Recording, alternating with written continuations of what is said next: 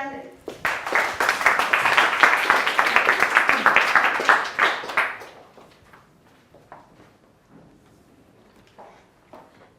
Once upon a time, there was a traveller. He was walking through the rural places in India, in Kerala state in India, and he walked past an elephant enclosure. He took time out and he stood by the fence and he looked at those wonderful big beasts. Some of them were swaying side to side, swishing their long grey trunks. As he watched, he saw that tied around their front legs was a rope tied to a tree. But the rope didn't seem strong enough to hold those big beasts back. As far as he was concerned, they could have broken away at any time. So he walked over to the mahout who was working nearby and asked him whether the elephants ever tried to escape. Well, said the mahout, they come as babies. We tie them up with those ropes. They do try to get away, but they know they can't. Then they grow up, but they don't realize that as they grow, they get stronger. And if they really wanted to, they could break those ropes. So they're conditioned. They know they have to stay right where they are. Now the traveller was amazed. These big beasts, 10 foot tall, weighing 5,000 kilograms, were held back by these little ropes. And he thought how sad it was that they'd been conditioned to remain where they were.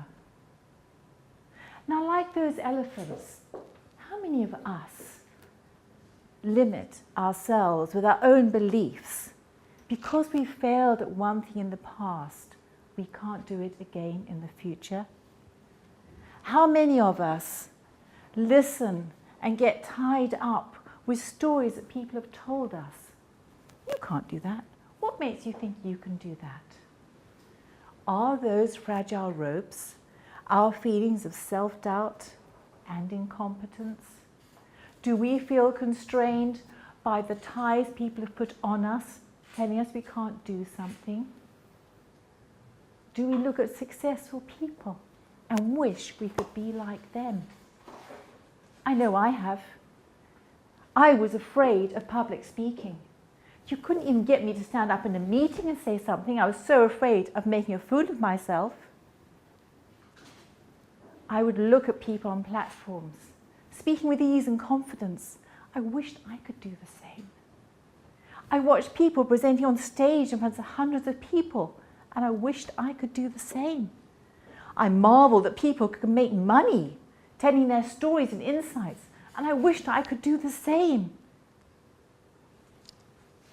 What was I waiting for, though?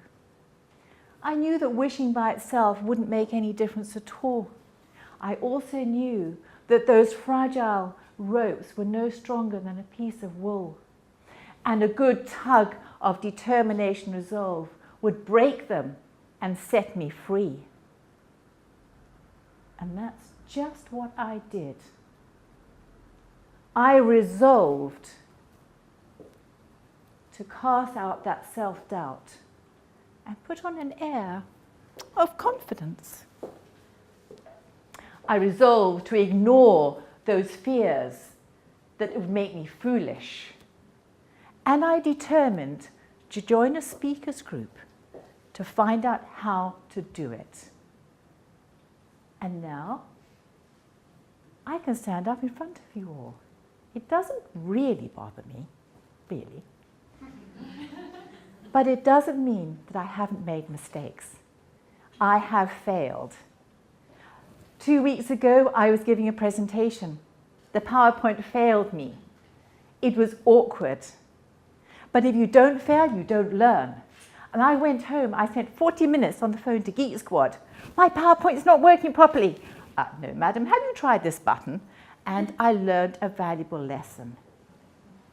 And the next week, I was giving a 40-minute presentation in front of a room full of people. I knew that I could do it. And when they're paying you, you need to know that your IT works. So my lesson that I've learned is that no matter what you really want to do, if you have the determination and the resolve, and there will always be somebody there to help you, you just have to ask. So what are you waiting for?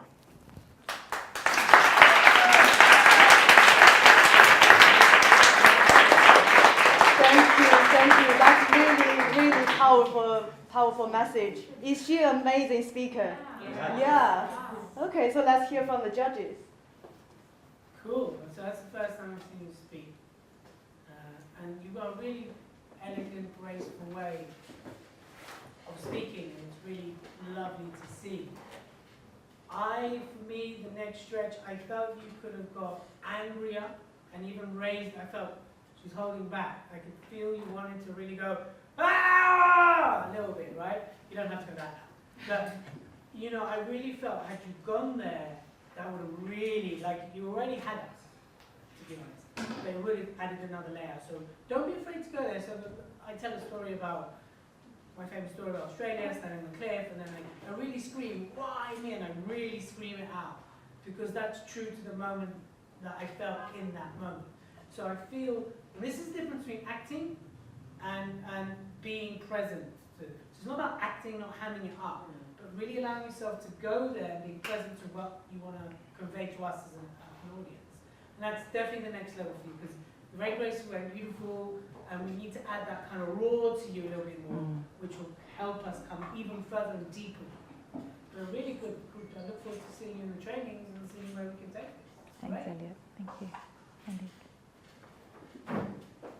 I love your elegance, how you use the stage, how you just get on with it. You have a very, in my opinion, you have a very corporate style. Like, I would immediately place you in any corporate boardroom. My stretch, I want to see you.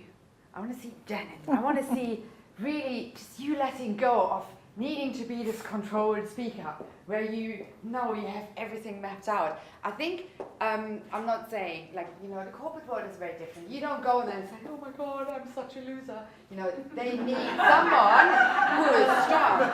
But find ways here in the training room to let your guard down a little bit. So I can really, like, feel you more. That's the thing, what I didn't feel it. But, saying that, here's my stretch. Next time on stage, I want to hear a story about you. Something that tells us a bit more about Janet, who you are. I loved the story at the beginning, and it was just really amazing, like how you told it. But I want to hear something about you. Something juicy, something interesting, maybe even something sexy, I don't know. I used to be like this as well, trust me. And you have to never ever repeat that in a corporate environment. But it will help loosen you up. So you know you can do it and you could, but you don't. Right? Thank you. Good job. Thank you. Thanks, Hannah.